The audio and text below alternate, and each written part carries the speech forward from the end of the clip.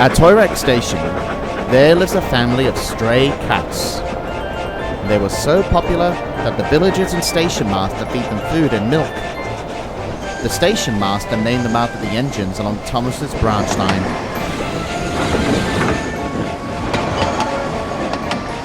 The family of cats love the locals and engines, and everyone loves them as well. One day, the Stationmaster was ill, and so relief has to be made. But there is none to replace him, until one passenger came up with an idea. When I went to Japan a few years ago, I noticed that one station had a station master, who was a cat. So why not appoint one of the stray cats as one? The porter and the fat controller thought the idea is rather peculiar. "We'll give it a shot," replied the fat controller.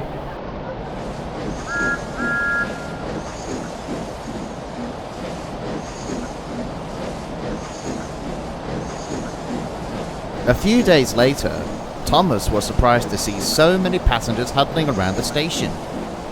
Then he thought the passengers are demanding their money back. "Oh dear, I'm not late, am I?" he pleaded. "What? No. The fat controller had appointed a temporary replacement for the local station master.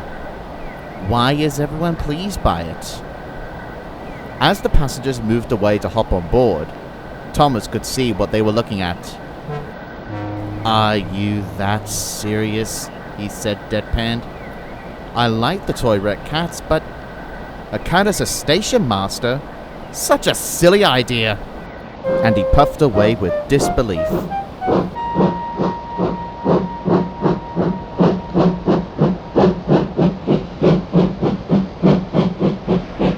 The news about it spread down the line quickly, and the bigger engines thought it was very funny. "Who would have thought it? A cat in charge of the station? Whatever next?" said Henry obnoxiously. Thomas felt he was in disgrace. When he returned to Toryreck, he could see more and more passengers staring at the cat. This made Thomas cross. "It's only a cat!" But the passengers ignored him and kept on looking, so Thomas passed the station without stopping. "Thomas! You know what the fat controller said about you passing station since the bird watcher? You must stop regardless of what mood!" But Thomas stubbornly refused to listen. At Maithwaite, the station master came to see him. He told Thomas that Stanley was taking his passengers from Toryreck. Thomas groaned. "It's not my fault. They shouldn't have looked at that cat," he huffed. "I have no time for your excuses. This is a branch line, and you must stop at all stations." Later that day, Thomas was delivering his passengers towards the big station. Donald was there, ready to take a passenger train back to Alsborough. "Lovely day, Thomas," he said, but Thomas huffed. "What's the matter? My branch line has become quite a joke now that a cat is acting as station master to amuse passengers." "Oh yes, I've heard about that. But it sort of takes me back to the time with Dilly the Duck. Other engines sort of started strange, but she was a novelty to the passengers, and it brought more visitors to our line. My point is, Thomas, it may look like a bad idea in theory, but some could turn out to be good in execution." And the Scottish engine puffed away.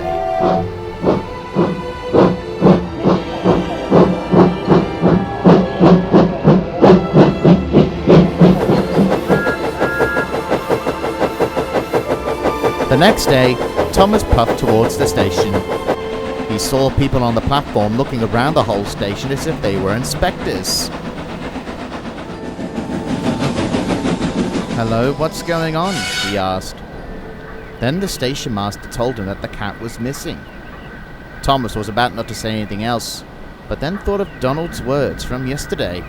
My point is, Thomas, it may look like a bad idea in theory, but some could turn out to be good in execution.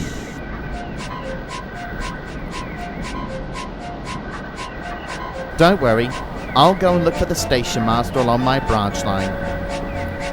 So the guy blew his whistle and waved his green flag, then Thomas puffed along his line.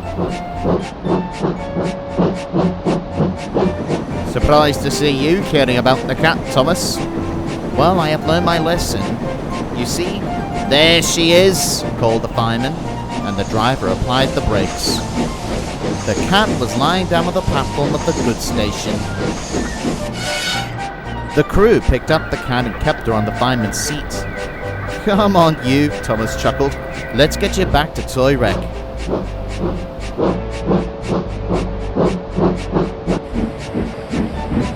On his return journey, Thomas pulled grandly into the station with the cat. We found her, thanks to my fireman. Everyone cheered.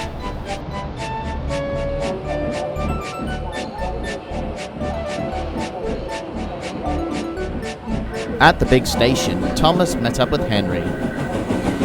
How's your zoo called a branch line? Before Thomas could reply, the Fat Controller came to see him. Ah, Thomas, I've got some wonderful news.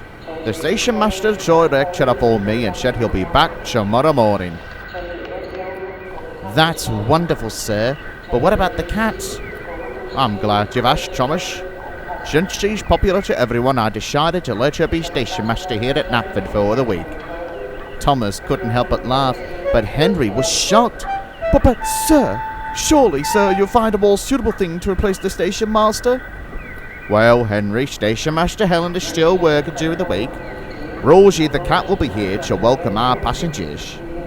It may be a weird idea, but even the weird ideas can be successful.